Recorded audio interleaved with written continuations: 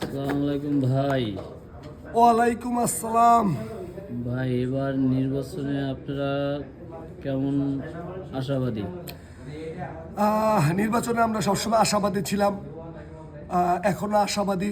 কিছু কুচক্র মহল আমাদেরকে সবসময় মিথ্যা ব্লেম দিয়ে জনগণকে দূরে রাখার চেষ্টা করেছিল, কিন্তু জনগণ আমাদের কাছ থেকে কখনো দূরে সরে যায়নি। জনগণের ভালোবাসায় বাংলাদেশ জামাত ইসলামী গত ফেসিস্টের 15.5 বছরের শত নির্যাতন, জুলুম, অত্যাচার, খুন, গুম এবং আমাদের প্রথম সারি নেতাদেরকে ফাঁসি দেওয়ার মাধ্যমে তারা চেয়েছিল দেশ থেকে আমাদেরকে নিশ্চিহ্ন করবে, জনগণের মন থেকে আমাদেরকে নিশ্চিহ্ন করবে, কিন্তু তারা চরমভাবে ব্যর্থ হয়েছে। আপনি জানেন, তারা ব্যর্থ হয়ে এই বাংলার জমিন ছেড়ে তারা তাদের প্রভুর দেশে ভারতে গিয়ে পালিয়ে যেতে বাধ্য হয়েছে এবং ওইখানে তারা তাদের লাঞ্ছনার জীবন ভোগ করতেছে। কিন্তু বাংলাদেশ জামাত ইসলামী এখনও বাংলাদেশে আছে এবং আগামী রাষ্ট্র ক্ষমতায় 12 তারিখে যে ভোট হবে, ভোটের গণতান্ত্রিক সিস্টেমে আগামী 12 তারিখে 12ই ফেব্রুয়ারি 2026 যে ইলেকশন হতে যাচ্ছে, ডক্টর মোহাম্মদ ইউনুস সাহেবের পরিচালনায় সেই নির্বাচনে বাংলাদেশ জামাত ইসলামী ঢাকা 17 এবং সারা বাংলাদেশে আপনি দেখবেন বিপুল ভোটে তারা পাশ করবে। আপনি বলতে পারেন যে জামাত ইসলাম বিপুল ভোটে পাশ করবে, এটা আপনি কিভাবে বলতে পারেন?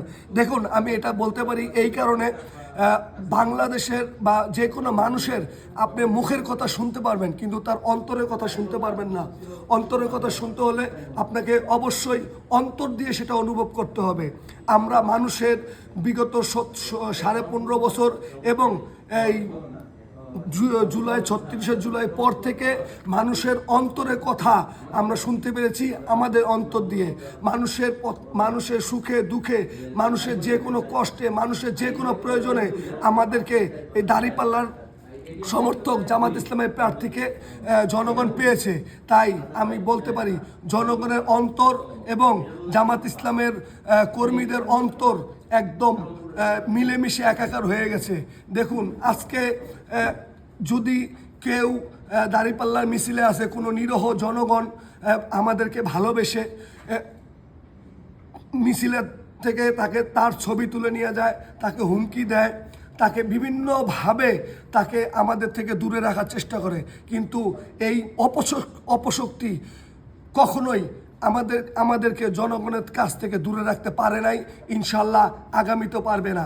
তাই আমি আশাবাদী, আমি শুধু আশাবাদী না, বাংলাদেশ এবং পৃথিবীর সমস্ত দেশের যারা রাজনীতি নিয়ে কথা বলে, রাজনীতি নিয়ে বিশ্লেষণ করে, তারা সকলেই এক বাক্যে বলতেছে যে বাংলাদেশ জামাত ইসলামী এবার রাষ্ট্র ক্ষমতায় আসবে ইনশাল্লাহ। ইনশাআল্লাহ।